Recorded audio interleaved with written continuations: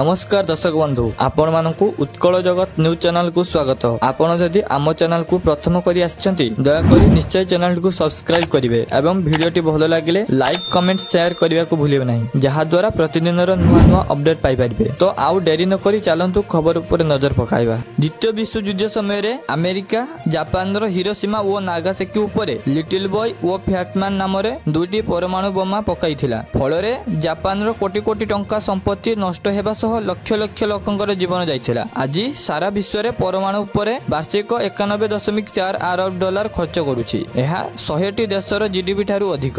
Pakistan F-16 भली युद्ध विमान एबे सोरगोधा और शाहबाज एयरबेस रे नियोजित होइछि। कहा जाउछि कि सोरगोधा एयरबेस रु मात्र 10 किलोमीटर दूर सोरगोधा अस्त्र गोदाम रे पाकिस्तान परमाणु बोमा रखिछि। पाकिस्तान प्रधानमंत्री निर्देश रे नेशनल कमांड अथॉरिटी एही परमाणु बोमा आक्रमण उपरे निष्पत्ति नहीं पारंती। कौनसी देश रे राष्ट्रपति किंबा प्रधानमंत्री को सीधा सड़क परमाणु बोमा आक्रमण पई निर्देश दे पारंती नहीं। हेले देश रे एभली पदरे थिबा व्यक्ति पाखरे परमाणु बोमार स्मार्ट कोड होइथाय। तांको बिना परामर्श रे परमाणु बोमा पका जाई परिबो नहीं। हेले परमाणु बोमार व्यवहार निष्पत्ति सुरक्षा कमिटी NSA मुख्यंक परामर्श रे प्रधानमंत्री निष्पत्ति नै थांती। अमेरिकार राष्ट्रपति पाखरे परमाणु फुटबॉल और रूस राष्ट्रपति पाखरे परमाणु सुटकेस रहिछि जेउथिरे युद्ध योजना परमाणु मिसाइल और तार टार्गेट उपरे समस्त तथ्य रही है। जदि परमाणु बोमार मूल्य को विचार करा जिवो तेबे आज दिन में गोटे परमाणु वॉरहेड प्रस्तुत करने को 1.8 कोटी डॉलर बा